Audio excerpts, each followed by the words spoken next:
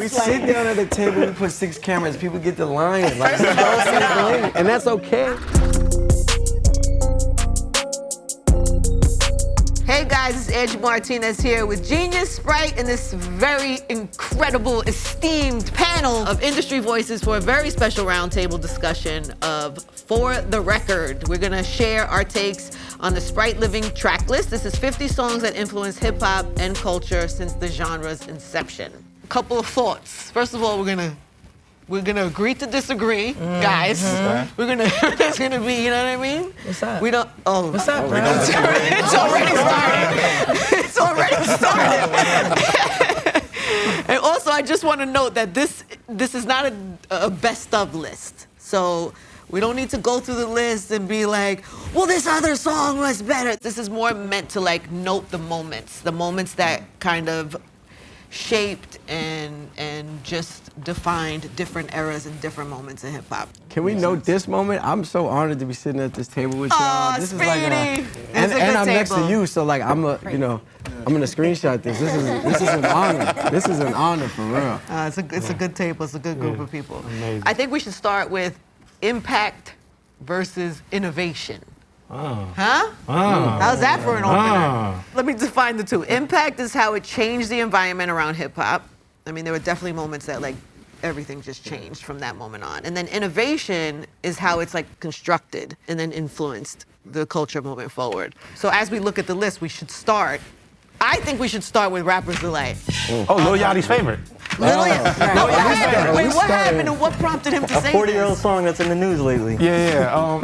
I think Yachty, you know. What did Yachty say, but what prompted it? When Yachty came out in the game, he was like, big, Pac, overrated. And so I think it's kind of his thing. You think it's a little trolly? Yeah, so it wasn't that hot. He has no perspective. To his defense, right, let's give him context, is that he was saying, look, so, like, it wasn't always the deepest lyrics, like even rappers back then, and he picked on. Well, that's not what it's known for. Right. That's like when we talk about what the impact was. It wasn't known because it was the illest verses, the best bars of all time. It just sonically sounded so different and special in the moment, and it busted the genre open. It was like the first. We can get factual about which he should be able to relate top to. 40. Yeah.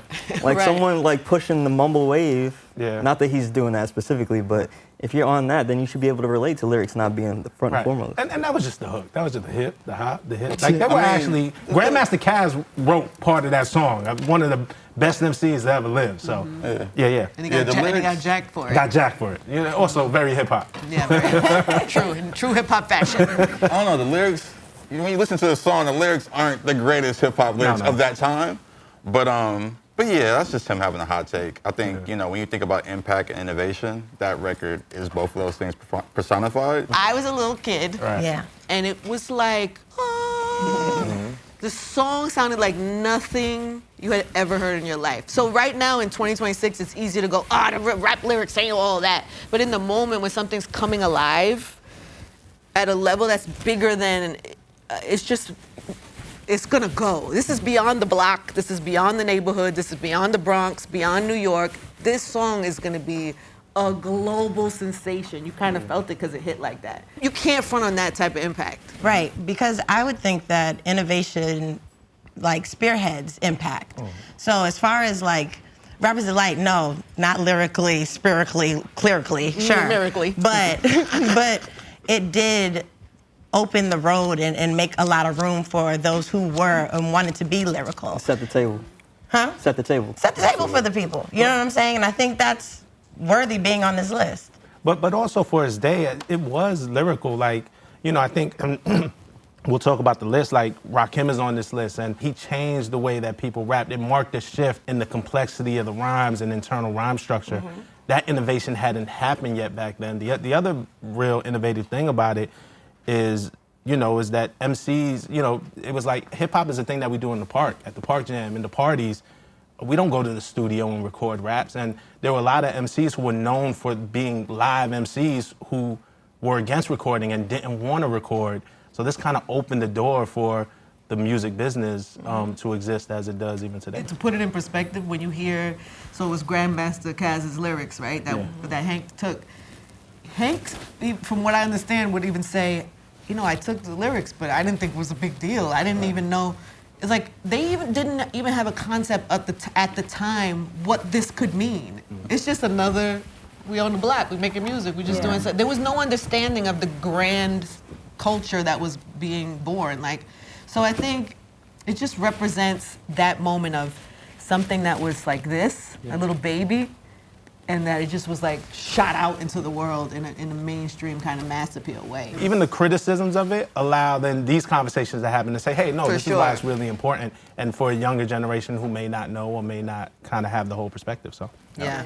dope combo. But let's talk about then how if we talk about that opening up, when you mentioned Rakim, there are a lot of songs I think that show the shift in this list of like how certain things start to matter. Grandmaster Flash, Furious 5, The Message, I think is the beginning of like just understanding that this music could be bigger than a party in the park. Like all of a sudden it's like socially conscious. Do you think that's the beginning of it? Yes, right? Yeah, or at least the one that, maybe there were other ones that I don't remember, but it's the one that stands out and really kind of marks, you know, don't push me. Yeah, because I'm close to the edge. I'm trying not to lose my head.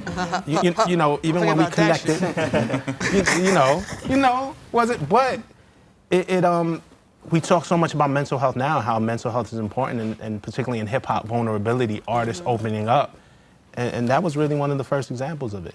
I wonder how that song lands for you guys, because you only hear it so many years later. And yes, it probably sounds dated and like whatever, but does it have any kind of sentimental, I'll say The Message, you know, when you think about that song and just what they're talking about, it personified what was going on in the ghetto at the moment and what was going on in different neighborhoods. And like being on the West Coast, you could still feel like, oh, I relate to that. So The Message was definitely like that first record. I was like, oh shit, this is kind of crazy. It's kind of dope. Like an older song that I went back to and was like, this is still dope to me. But we don't think that music still hits? Oh, no, for sure. I would put all these songs like in the same vein as like just the 70s and 60s that your parents would play. Like I grew up in a very musical household for sure, and like just hearing all these, like you have to appreciate it. Like I wouldn't even say dated sounds disrespectful almost, you know, like it feels timeless. Yeah. And some of the issues they talk about back then still ring true today. So it's not really dated. You know what I'm saying? The message is what, 7 minutes long? I don't think it's dated at all. I just wonder, like sonically, sometimes you hear something and it's not when you were, you know, it wasn't your time, so your reference to it might, I'm just curious about what your reference not dated. And I feel like, you know, so many artists have like sampled it in their own way. It still makes it new. That too, Even Coi Leray up until recent, you know, the girls are players too. So the DNA. No, I just feel like when I listen to some of these records, to me, they're obviously sonically dated. Like you can hear a disparity in like a song that comes out today. Everybody was like,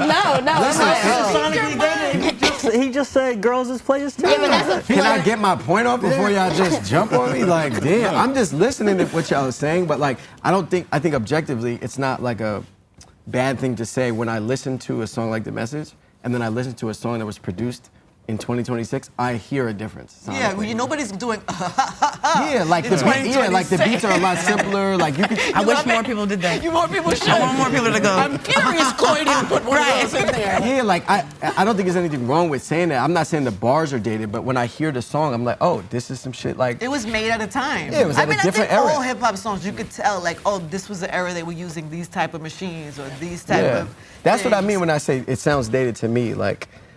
The words, okay, cool. Don't walk it back. The bar structure, the bar structure is different from today. Yeah. But when I hear a song like The Message, I'm like, oh, okay. Like my pops was listening to this, you know. Yeah. Like my Uncle Randy was listening to this. So you never drove around listening to The Message?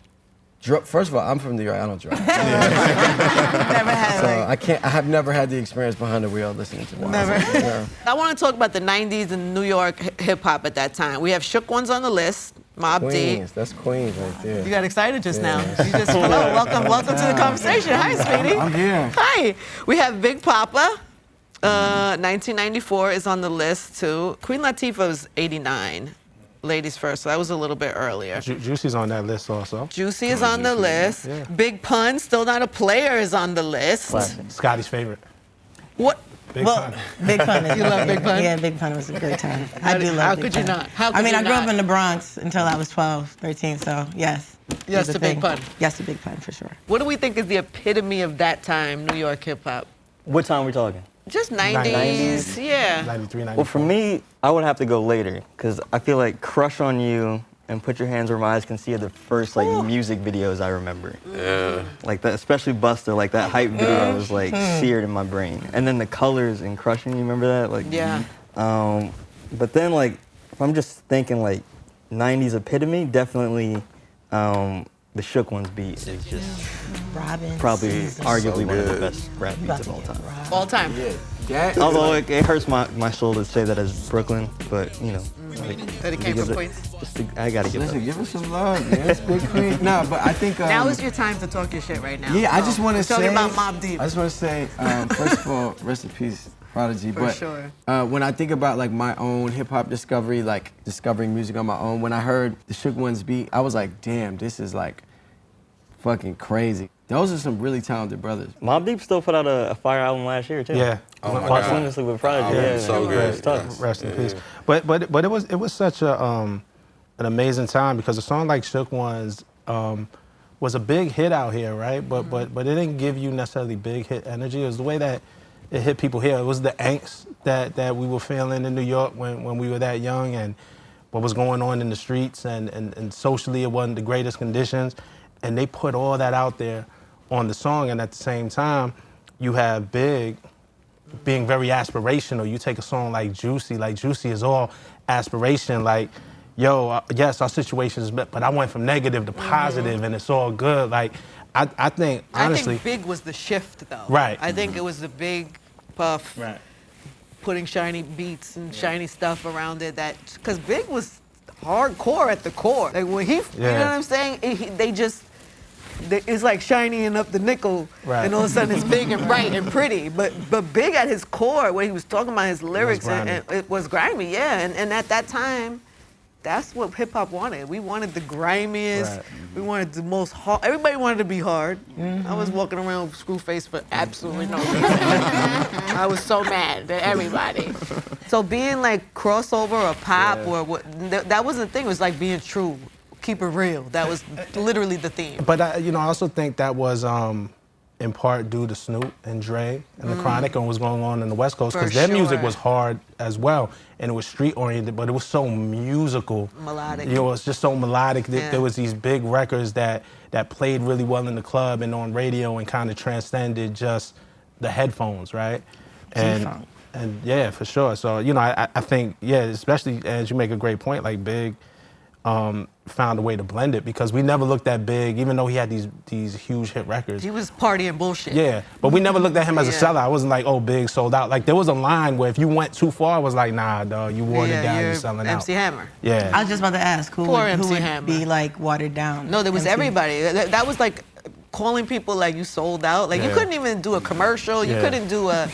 No, there was a real Oh, they thing. didn't want to get no money. Yeah. They didn't want nobody to get no money. Yeah. Yeah, MC Hammer took a lot of shots. Like, the things that MC Hammer did, like, I remember Hammer had a Super Bowl commercial. I believe he was the first rapper with a Super Bowl commercial. Mm-hmm. Like, the things that rappers would die for today, and it's really part of their business. MC Hammer got ridiculed for that stuff. For but, sure. that's and what he you get for made being the first one. fun music. Like there was no reason that people beat him up so bad the way they did. It Well, was no, just no, the no. culture at the time. But nobody actually beat did him up. nothing He to was him, actually yeah. giving the beatings. you know what I mean? Now, Metaphorically. I do want to shout out Unity. When I discovered that record, UNITY. Instinct leads me to another flow. Every time I hear a brother call a girl a bitch or a hoe, trying to make a sister feel low, you know all of that gots to go. Now everybody knows there's exceptions to this rule. I don't be getting mad when we playing, it's cool. But don't you be calling me out my name. I bring rap to those who disrespect me like a dame. Queen is one of those ones, and I feel like the message still holds true to this day. You know, I love the video, and I love that she used other rappers in the video too. But Diggable Planets, like, I love that they have a You lane. give Diggable Planets vibes. You know, I think so too. You You're know, like cool, like hippie, but cool, hip-hop, jazzy. but, you know, like jazzy vibes. I love it. Ladybug, salute to Ladybug. Ladybug. That little verse hits so hard. It does. We always wanted to be her. It's just, yes, it's vibes. Effortlessly Vibes cool. is an important part of the list. I think so too. Certified. But we can't talk about Jazzy Hip-hop without talking about A Tribe Called Quest. Yeah. oh yes. Yeah. She said, please. Would you like the floor? Would you like the floor, Scottie? I have an affinity for native tongues as a whole, you know, Right? the collective. Yes. That is my jam, you know, all of that. So they're not in there, but like, you know, I have always been into. Souls of Mischief is here. They're in there, but I don't think they're in the native tongue collective. Oh, yeah. Yeah, they're on the West Yeah. Coast. Yeah. Yeah, but it's giving. But it gives that. Black Medallion. All of that, Yeah, Brand yeah. Nubian, all of that. Yes. West Coast cousins. But it just was it's a beautiful thing. I love their message. I could appreciate both sides of an experience being perceived differently. And I think that's what was happening with native tongues versus like, you know, NWA or anything like that. The experience were the same. The message is different because you have a different take on it. And I could appreciate both of them. And I do know, like, I just love that Black music and hip hop just is not a monolith. So it's us telling different stories and how we felt through those stories. Although we share the same stories, we have different feelings. And so that's what I love the most about A Tribe Called Quest. Especially also their use of jazz. I'm a big jazz girl. I love jazz girl. I don't play about jazz. It's a perfect group. That's a perfect group, perfect discography. I agree. Yeah, I agree. So I just wanted to make sure. And Even down to the last one. But also there's like you look at Scenario, right? And what that moment did for Busta. That's like an extension of Tribe's impact to me. It's like when you see a song like that and how Busta had that moment. To your point, and Busta's on this list with Wuha, but you know, that was his coming out party. We knew him from Leaders of a New School, but Busta's verse on that was so stand out. He became a totally new artist. We saw him in a different light. Watch as I combine all the juice from the mind. Heal up, wheel up, bring it back, come rewind. Powerful impact, boom from the cannon. Not bragging, try to read my mind. Just imagine, vocabulary is necessary when digging into my library. Oh my gosh, eating I do stew like the one pizza tosser. All over the track, man. Pardon me, as I come back. There was like a dictionary of standouts. Like they would be like Busta like this. From Scenario. Like. And I think that moment made the feature verse important. I think after that we started, because if you think about even going back to like maybe a Run DMC or whatever, it was about Run DMC or it was about an Eric B. and Rakim album. It wasn't about who was featured on. Yeah. They didn't even really There have were like features. symphonies and group things, but the importance of the feature. I think started with that record. Yeah. Wow. Yeah. Where you could like announce yourself. Yeah. And then you could look say, for it. Oh no, I'm him. That was like, And then it was just a time when Busta, if Busta was on your record, it was like, oh, Busta's on it, and it was automatically you had to press play, or you had to fast forward or skip to that track just to hear what Busta was All the way up gonna until do. like the 2000s with the Chris Brown record, like I feel like Busta's always a standout feature. And that's a good point, because I think about like AZ on Nas's album, or like even Lupe on Kanye's album, like that feature verse is important because it's like, all right, this is a guy I'm like introducing to the world, even if he isn't a part of my collective or my group. I think we got to talk about Funkified, the Brat. I love that. I loved her energy. I loved her swag. But I don't know. That's just one of my favorites. You like the Brat on there. Yeah. To go back to the Tribe thing, to another branch that's on here is Q-Tip as a solo artist and Vibrant Thing. Classic. I don't know. Vibrant Thing was like, This is that's my She's like song. literally hearing it in her head right now. Because, yeah. but no, Vibrant Thing special to me girl. doesn't fall under. What? When I think of A Tribe Called Anywhere you Quest, are. I think of Vibrant Thing over here on the side. Agreed. Still impactful and important, but it's not. I don't know. It's like a branch of that to me. It was a joint, yeah. But it was different for them, for Yeah, Tip, because yeah. he was, I don't know, it was Hype Williams' big, shiny, produced video. It was in the clubs. It was feels not. like Jiggy. Yes, and it was not like what you would normally get from Tribe. It was a big moment and just a dope song. Yeah, but I think it speaks to his, innovation was a word that you threw out earlier, and his ability to also evolve, because that was what, 99 maybe? Yeah, that was 99 versus 92 for Scenario. And the sound of hip hop had changed just in those 7 years. Yes. We knew that he was sort of a ladies' man. Girls liked him. He had Bonita Applebaum, which was a big song in the 90s, sounded very different. So we knew he could appeal to women. And Vibrant Thing was just in a different way with a different sound and saying, Hype Williams is the guy. And he's from Queens also. Right. We're going to shoot this video together. Like, we're going to make the biggest record that we can. I like that idea about artists who are able to evolve sonically over time. And like Busta obviously is somebody like you, to your point, like we had him on Scenario, but also on the Chris Brown song. I was trying to see if there was anybody on the list who has moved through time. Snoop over here would drop it like it's Snoop hot. might be the number one. Yeah. Drop it like it's hot, and that's 04. So that's a whole 11 years after Doggy Style, where he was the biggest rap. You know that Was that his Vibrant Thing moment? We'll drop it like it's You hot. could say that. Because him linking with Pharrell didn't feel like expected. He had been having the Snoop run, or the Dr. Dre run, and then the Pharrell record came out of nowhere, and I was like, oh shit. That beat hit like a nuke. In my chest. And actually, that was like I think I might have been like 13 when that song came out, and that was like one of the first songs that made me want to drive. Because like I would see seniors in high school like riding around blasting, I'm like, damn, like I need to get that. I'm curious about your take on this, on West Coast take, and Cypress Hill. Okay. Because, like you said, you grew up in the Bronx, so Big Pun It's a big deal. was a big deal. Big deal. And All when we you're, heard and when on you're the from block. New York, not strange to you that a Puerto Rican would be rapping. Not strange at all. At all. But to the rest of the country, it was different. I always wondered that. I did. Honestly, it wasn't that different because, like, when you think about hip hop culture at the time in LA and like the Latino culture and just what was going on, like they were very much a part of it. You had rappers around that time, Kid Frost. You had so many that were around, so it just felt like it was just their time and they were the best of it. And just what they represented, like, it wasn't so different from what we were already seeing in our neighborhoods, how we were dressing, how we were acting, how we were talking. So like, Cypress Hill was a group that we just listened to just because they were, you know, representing the West. And also, it was out. The album was back. Like, Oh yeah, fire. Classic. And just like even Did you not have a Cypress Hill? Did you not? I wasn't, yeah. I was regional, you know what I'm saying? I was over there. I didn't start to get into LA music for real, like West Coast music, until I got older. Until I went to college and got to see different parts. I didn't know much about Cypress Hill. Yeah, and just their lineage was just crazy too, because you think about Soul Assassins and just like all the groups that kind of spawned out of that.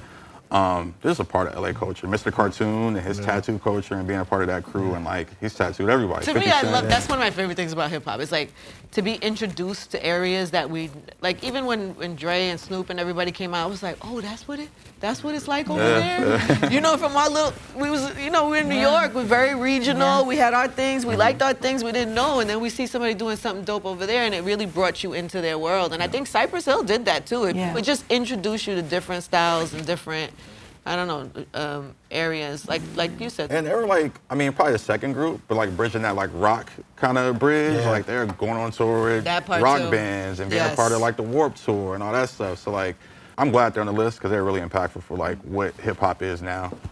I think this BG Bling Bling record. I was gonna say. Like, people still say it. Shot calling. It's in the dictionary. Yeah, I'm gonna say it's in the dictionary. It's in the dictionary. BG underrated. People still say bling bling? No. Nobody They don't. You don't say the second bling. Y'all don't watch Scottie, I ain't never heard you say bling bling. You would say to somebody, yo, you got that bling on? I wouldn't say that like off the cuff colloquially, but like it's in there. It's not a dead phrase. It's not a dead phrase. Listen, we sit down at a table, we put 6 cameras, people get the lion. Like, we don't say bling, and that's okay. I was referring to Real Housewives gif that Nene says, bling bling, bitches is mad. It's a big thing that people use. It's still being referenced. It's not dead. Yeah, it's not, nobody said I got that bling on, but I'm saying it's You didn't say that today when you came in? I probably did. I don't know. But like, it's not. I'm not saying it, but it's not dead. To say it's dead is crazy. It's definitely dead. But what are the It's two? not dead. What are the two things that you said that we're measuring it off of? The word is not the thing. The word slang changes. We don't use old By the way, slang. But the concept behind it, the idea of like jewelry is important. No, for sure. I'm not debating that. Stunt and lifestyle. Yes. Stunt and lifestyle. It's like that represents that. Ooh. Yeah, can we talk about the clips grinding? Yes, let's do it. Funny enough, I asked Pharrell about that. I was like, yo, did you know like that is the song of the lunch table? He was like, nah, I didn't know that. I think he was lying. He don't know what it was. Come on. I think he was lying. Everybody knows, like, you know, that's one of the first beats you learn how to Absolutely. make. Yeah. And I guess we can include them in that conversation of longevity. Yes. Can I just say, Black Star definition on this list makes me so happy. Does it make you happy too? Same. It's like the spirit of hip hop. It's like, it's a song that's not crossover. It's not like made for radio. I don't even know if it was a big hit. I don't even know, but it's so true and pure, and it's just the type of hip hop I love, and it just sits in a pocket. And I think Mos Def is probably one of the most underrated rappers absolutely. of all time. And I got a list of underrated rap. I have an underrated rapper list. We could do. I think we're gonna need a whole other round table. Yeah. That was such an important song for the time, though, because I think it was a cleansing moment. This was the deaths of Pac and Big really rattled us and shook us to our core, because we never thought it can get that. You know, in hip hop, like we lost Scott LaRock, and there were tragedies before in hip hop, but these at the time were the two biggest stars, and we knew they were beefing. Like when Pac got shot and he passed away a week later, I never thought he was gonna die, because I was like, oh, it's Pac. He always gets shot. He's gonna walk out the hospital. Nobody thought he was gonna die. Like we just didn't think that it was possible, right? And then Mos Def and Quali come after that, and you know, stop the violence in hip hop. They shot Tupac and Biggie. It's kind of dangerous to be an MC, and kind of sang to that moment. And then it was in the vein of KRS-One, because they sampled the KRS-One track, The P is Free. And KRS-One also always stop the violence, self-destruction.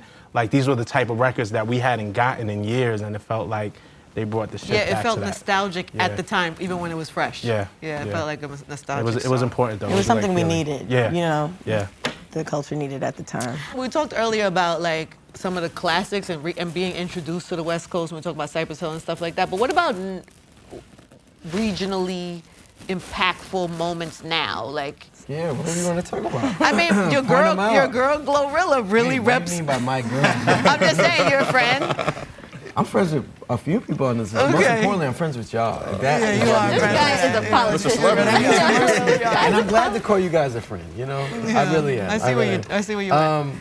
No, I think, let's talk about Lotto. I think, you know, someone growing up from being on a TV show and then like becoming an actual mainstream superstar is crazy. Atlanta has had, you know, such a huge era in hip hop, big moment running it, but Lotto's the first woman from Atlanta to do it, which I think is really cool. So shout out to the A. We cannot, I mean, I don't know in recent times who has been more impactful in terms of repping Los Angeles than Nipsey Hussle. Absolutely. Yeah, like I think about the Crenshaw-ty and like first seeing that, and then seeing him like sell his mixtapes like on the corner. $100 mixtape. Yeah, even before that, like seeing him hand to hand on Crenshaw and Slauson, having the shop, like just building that marathon brand. That's someone I really like seeing from like starting to rap to becoming a rap star. And you know, just who he became is like exactly who he always was. I actually ate that marathon burger yesterday. And? That shit is delicious. Black Sam and the good people over there. But also I think when we're talking about impact, and we're talking about all these moments, these songs and these moments, not just Nipsey's passing, but how Nipsey lived his life and what he taught us about business and about community. And I just think he was so impactful. I would say of the past 5 to 10 years, maybe arguably one of the most impactful. Yeah. Would you agree? Jermaine Dupri did a Substack, and the title, I clicked on it instantly. He said, Nipsey Hussle was the closest thing to Jesus that we've had in a long time. Oh, wow. That went crazy. Nipsey was the first person to tell me about Bitcoin.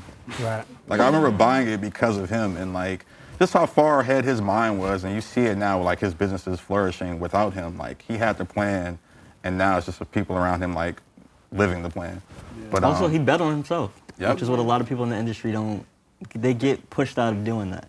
And people miss that because he had went through, you know, he was signed to Cinematic. Yep. That's when I met him. I was working at XXL at the time. We had did the freshman cover. Yep.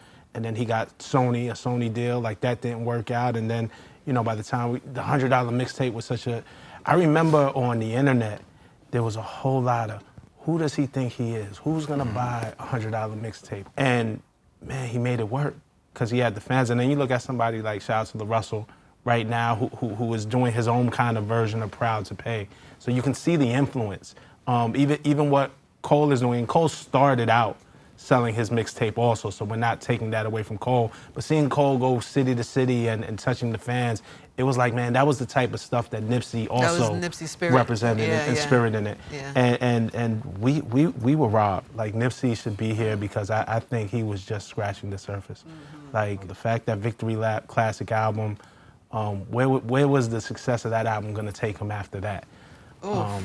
That actually might scare a few people, actually. Yeah. But we needed it. No, we for sure needed it. It's going to scare the people that we need to be scared. Yeah, for sure. We needed That's that, man. exactly how I meant Rest that. in peace, Nipsey. So of all the songs on the list, what do you think, this is a tough question, but the most impactful historically? If I had to pick one, I would go Cream. And I say Cream because when I've like traveled on tour and gone to different countries, even though I'm not rolling with anybody that's Wu-Tang related, just different rap artists, there will be people in the crowd going like this. And I'm just like, wow, really? Like, Wu-Tang is really international. Like, I'm shocked. You know, I'm in Brazil, they speak Portuguese, they're going like this. So I think, for me, I would give it globally, like... Globally, Wu-Tang. Yes, Wu-Tang. Yeah. I think for me, I would go with Big, Juicy. I feel like when you think about like the best rap song, like that could very well be #1. And it's just one of those records that like everyone knows, like your mom, your sister, kids, everyone. And it's like you could play you could put it in any setting and it'll work and make sense. And it speaks to the historicness of hip hop, just the song itself. Like even, I don't know, it's like he made a song to be that. Yeah, and it doesn't sound dated. I think that's a record that still holds up Go ahead, today. Speedy, tell him it does. Tell him it does. Musically, I don't think that sounds dated. I think you could play that That's a beat. cookout classic. Yeah, you put that beat on now for a new rapper, and they would make a song that isn't as good, but could still fit in this time. For me, it's hard not to say like a rapper's delight because it is like one of, if not the first ever. But I want to just make an argument for Soulja Boy. I knew it. And say Crank That. If we're talking Most about impactful historically. one of all of hip-hop yes. history. I think that really ushered in a new generation of music, specifically like probably our era in terms of like marketing, you know, using the internet in a certain way. Fair enough. The impact of his Soulja Boy style. I mean, he's a guy who doesn't get a lot of credit and people tend to try to laugh at him, but if we really talk about like impact, ringtones, like Soulja Boy really was a very impactful person in hip hop. So I would say The Message because it opened the door. Well, we wouldn't have Native Tongues. We wouldn't have any of the rappers who speak truth to power if it wasn't for actually The Message. I think that The Message was the first time where you got to see, for me, I don't know, but where you got to see hip-hop artists reporting on what they're seeing and what they're living. So I think that really is very impactful, especially for the rest of this list. It opened the door for a lot of these artists to express themselves and talk about their experiences in their homes, outside, where mainstream wasn't doing that. News wasn't doing that. So we had to put it on wax. And I think that's the message for me, yeah. I'm gonna go with Josh. I think Juicy. Yeah. For me, and you know, it's hard not to say Rapper's Delight and The Message like you said, but Juicy fits like right in that sweet spot. That I don't think it sounds old. I don't think it sounds dated. It's like an entry point, I think, for all of us, no matter which generation you're from. It's hard to front on Juicy, and it tells the story of hip hop. In the 70s and 80s, it was a fad, is what we were told. You're wasting your time. That's not real music. It's a fad. You know, even Big, remember rapping Duke, the hard, you never thought that hip hop would take it this far. It was speaking exactly to that. It was like we weren't taken seriously as a genre, as a culture, even as a business. And now we're at this place where hip hop drives just so much, generates so much revenue and creates generational wealth for our culture. So yeah, Juicy. And if we're talking about the one song on this list that everyone at this table can rap bar for bar, it's that one.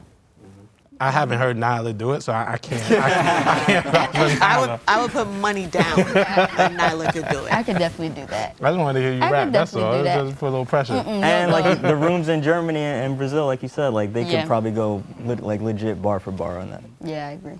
Okay, so let's talk about the future of hip hop. What does that look like? Where do we want it to go? Where should it go? What does it look like? Like this list in 20 years. I'll start that. I think we didn't shine any love to the ladies on this list on the bottom specifically. Shout out to Glorilla, Shout out to Lotto. Lotto. Cardi. Again, shout out to Glorilla just because.